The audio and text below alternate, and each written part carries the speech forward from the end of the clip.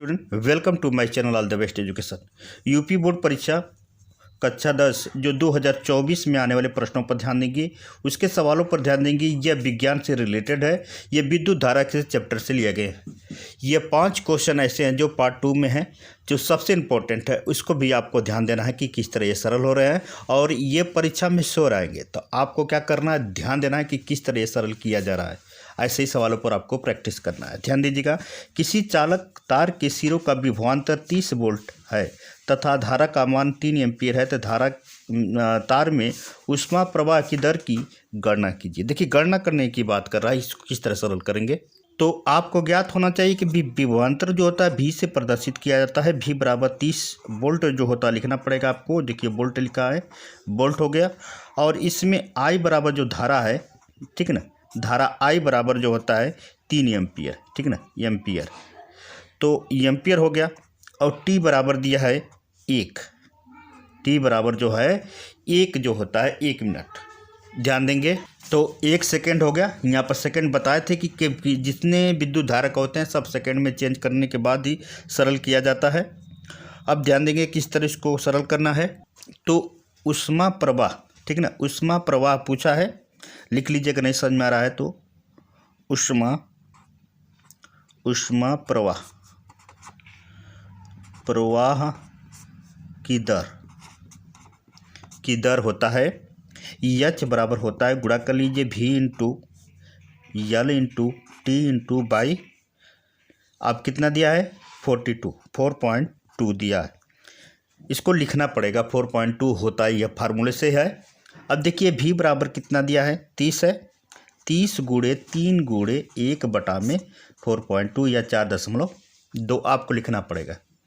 अब इसको काट दीजिए, कट रहा है, 3 एकम 3, 3 चौको 12। अब इसको देखिए काट लीजिए तो 21.43 यानी 43 कैलोरी सेकेंड प्रति सेकेंड, कैलोरी प्रति सेकेंड, ये आपका आंसर आ गया। अब इस तरह आप कर सकते हैं। एक बार और रिपीट कर दे रहे हैं कि देखिए, V बराबर 30 वोल्ट है, धारा I बराबर 3 एम्पियर है, T बराबर 1 सेकेंड है। ऊष्मा की प्रवाह की दर होता है H बराबर V into L into T by 4/4.2। अब इसमें आपको गुणा करके डिवाइड कर देना है 4.2 का, यानी 42 का गुणा कर देना है 4.2 का। अब जो आंसर आएगा वो कैलोरी प्रति सेकंड में आपको प्रदर्शित करना है। ठीक है, अगले क्वेश्चन ध्यान देंगे। देखिए मेरे प्यारे बच्चों, अगला क्वेश्चन है 250 वोल्ट 5 एम्पियर फ्यूज वाले परिपथ में 25 वाट के कितने बल्ब जल सकते हैं। तो पहले हम देखेंगे V बराबर कितना वोल्ट दिया है, 250 वोल्ट है, ठीक है। I बराबर कितना है, 5 एम्पियर है। और P बराबर कितना दिया है, तो N इंटू 25 वाट, ठीक है ना।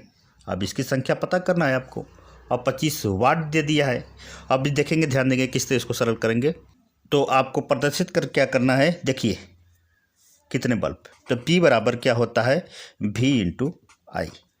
तो इसमें ध्यान दीजिएगा, P का मान यहाँ प्रदर्शित है N गुणे 25। अब V का मान आपको पता है 250 और गुणे 5, ठीक है। अब ये हो जाएगा, N बराबर हो जाएगा 250 गुणे 5 बटा में 25। तो 25 से 25 काट दीजिए, तो N बराबर कितना हो जाएगा, 50 बल्ब जो है जल सकते हैं, ठीक है, सिंपल है। अब ध्यान दीजिए किस तरह इसको सरल किया जा रहा है। यहाँ पर वोल्ट दे दिया, 5 एम्पियर दिया फ्यूज वाले परिपथ में। अब फ्यूज वाले परिपथ में 25 वाट के बल्ब कितने जल सकते हैं या बल्ब उसमें जल सकते हैं। तो हम करेंगे, पहले V में इसका ज्ञात कर लेंगे। वोल्ट बराबर 250, I बराबर 5 और P बराबर N गुणे 250, क्योंकि N पूछ रहा है कितनी बल्बों की संख्या। तो P के मान की जगह पर N ये लिख देंगे, P के जो है तो N गुणे 225 बराबर 250 गुणे 5। अब इसका डिवाइड करके सरल कर सकते हैं, ठीक है, सिंपल है। अगले क्वेश्चन ध्यान देंगे। अगला क्वेश्चन है, ध्यान दीजिए, देखिए इंपॉर्टेंट है। एक विद्युत हीटर में 250 वोल्ट के विभवांतर पर 4.5 एम्पियर की धारा प्रवाहित होती है, तो हीटर की सामर्थ्य की गणना कीजिए। ठीक है, सामर्थ्य की गणना करने के लिए कह रहा है। अब इसमें देखिए V बराबर कितना है, 250, ठीक, ये वोल्ट हो गया उसका। I बराबर कितना है, 2.5, ठीक है ना। I बराबर है 4.5 एम्पियर, ठीक है ना, 4.5 एम्पियर, ठीक। अब इसके बाद ध्यान देंगे, अब देखिए, तो सामर्थ्य जो होता है, सामर्थ्य ज्ञात कर लीजिए कि सामर्थ्य जो होता है, सामर्थ्य जो होता है P बराबर से प्रदर्शित करते हैं V इंटू आई, ठीक है ना। तो V का मान इसमें 250 हो गया और इसको 4.5। अब दोनों का गुणा करेंगे, कितना आ जाएगा, 2 दूना 4, 4 दूना 10, 11, 11 एक कितना हो जाएगा, 5 5 6 7। देखिए ध्यान दीजिएगा स्टूडेंट, 1125 वाट हो जाएगा, ठीक है। अब देखिए एक विद्युत 250 वोल्ट का विभवांतर दे रहा है, ठीक है, 4.5 एम्पियर की धारा प्रवाहित हो रही है, उसमें से हीटर की सामर्थ्य की गणना कीजिए। करने का मतलब है कि V बराबर जो होता है 250 है, I बराबर जो इसका एम्पियर है 4.5 एम्पियर बह रहा है, सामर्थ्य P से प्रदर्शित करते हैं V इंटू आई का, यानी इन दोनों का मल्टीप्लाई कर देंगे, वो वाट में उसकी सामर्थ्य पता चल जाएगी कितना वाट हुआ, उसकी गणना है, ठीक है ना। अगले प्रश्न पर ध्यान देंगे, ध्यान दें स्टूडेंट। चौथा सवाल है, किसी अज्ञात प्रतिरोध की प्रतिरोधक के सिरों से 12 वोल्ट की बैटरी को संयोजित करने पर परिपथ 2.5 एम्पियर विद्युत धारा प्रवाहित होती है, तो प्रतिरोध का प्रतिरोध परिकलित कीजिए, ठीक है ना। तो V बराबर आपके सामने है 12 वोल्ट है, सिंपल है। इसके बाद I बराबर कितना है, 2.5 एम्पियर है, ठीक ना, एम्पियर है। अब इसके बाद दिया है, देखिए तो 5 एम्पियर को चेंज कर लीजिएगा, देखिए 2.5 गुणे 10 पर कितने घात, -3 घात एम्पियर में परिवर्तित कर लेंगे इसको हटाकर, सिंपल है।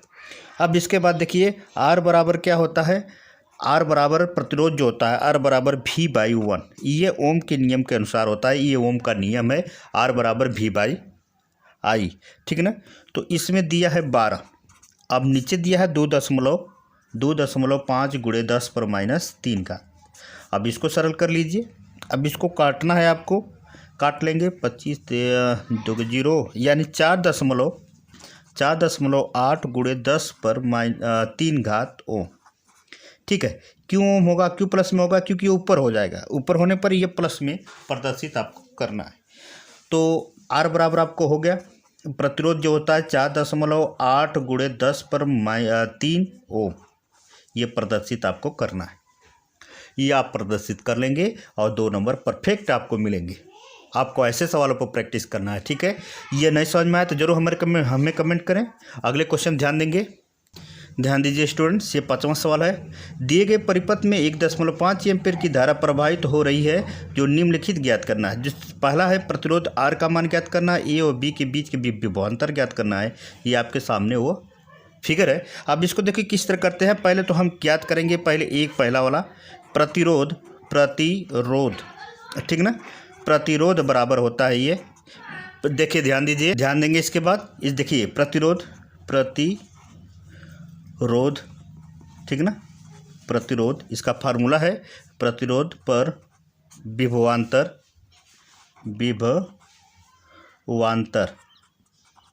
ये इसका विभवांतर हो बटा में प्रतिरोध की धारा, प्रतिरोध, इसके बाद में धारा, ठीक है, ये पहला वाला है। अब इसकी धारा ज्ञात कर लेना है, तो दिया है 3, ठीक है।